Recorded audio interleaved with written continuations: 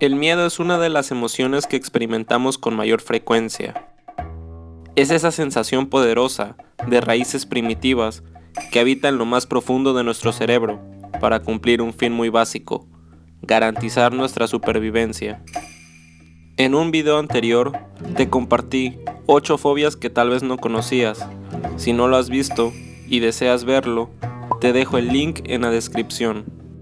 Ahora bien, a diferencia de una fobia, que es un trastorno psicológico ante cosas concretas, toca el turno de hablar del miedo, que es una emoción primaria, ocasionada por la aversión natural al riesgo de amenaza. En este video te presento 8 datos que debes conocer acerca del miedo. Número 1.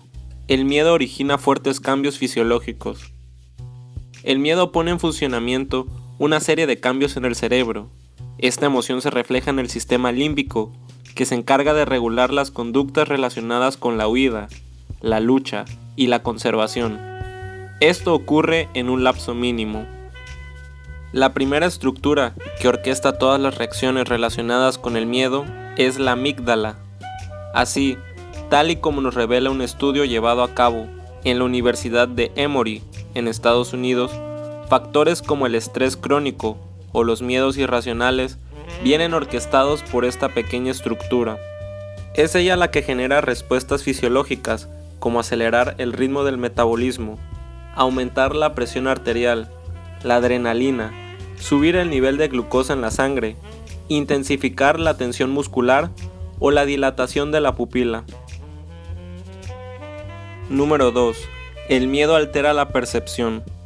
De acuerdo con diversos estudios, en particular uno llevado a cabo en la Universidad de Indiana, las emociones tienen el efecto de modificar la percepción. Cuando dichas emociones son particularmente intensas, la distorsión puede ser muy alta. Es así como se ha descubierto que cuando alguien está en presencia de un objeto al que le tiene miedo, tiende a verlo de mayor tamaño y más cercano de lo que realmente está. Esos efectos se hacen aún más potentes si ese objeto se aproxima a la persona que lo observa. Número 3.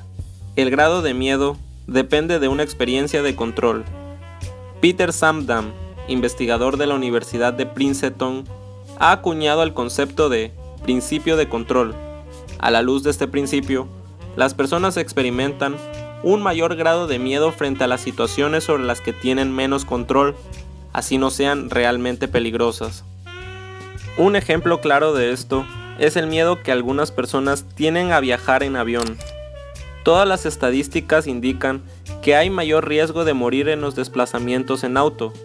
Aún así, las personas sienten que en las carreteras son más seguras, debido a que mantienen el control directo sobre el automóvil, a diferencia de lo que ocurre en un avión. Número 4. Los ojos reflejan el miedo. Ante una situación que genera miedo, la expresión del rostro cambia significativamente. Esto se refleja con especial nitidez en los ojos, que se abren y a veces parecen salirse de sus órbitas. Esa es una de las conclusiones de un estudio llevado a cabo en la Universidad de Cornell, en Estados Unidos. La razón para que esto ocurra es que el miedo desata un estado de alerta. Esto a su vez hace que la persona quiera ampliar su campo visual y su sensibilidad ocular para captar con mayor claridad de qué se trata la amenaza que se acecha. Número 5. Hay miedos que son universales. Por extraño que parezca, hay miedos que están instalados en el ser humano, sin importar la época o la cultura a la que pertenezcan.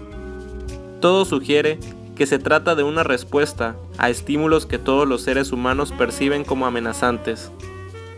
Así, por ejemplo, la ligirofobia es un miedo irracional a ruidos fuertes, agudos, normalmente repentinos, como los de las explosiones.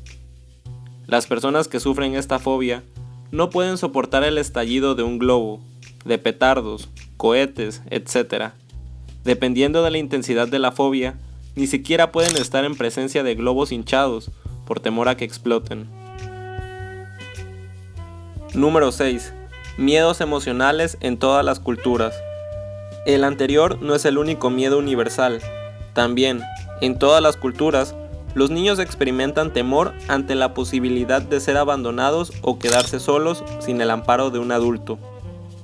También, en todas las sociedades, hay un temor natural a los extraños, personas que visten, hablan o tienen una apariencia desconocida para lo que es normal en la comunidad.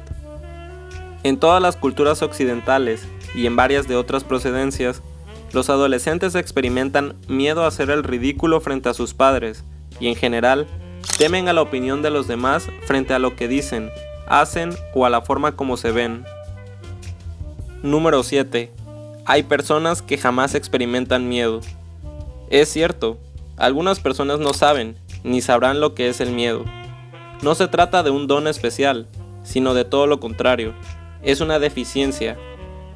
No importa qué tan peligrosa sea una situación o qué tanto riesgo implique una conducta, la persona no tiene sensación de amenaza.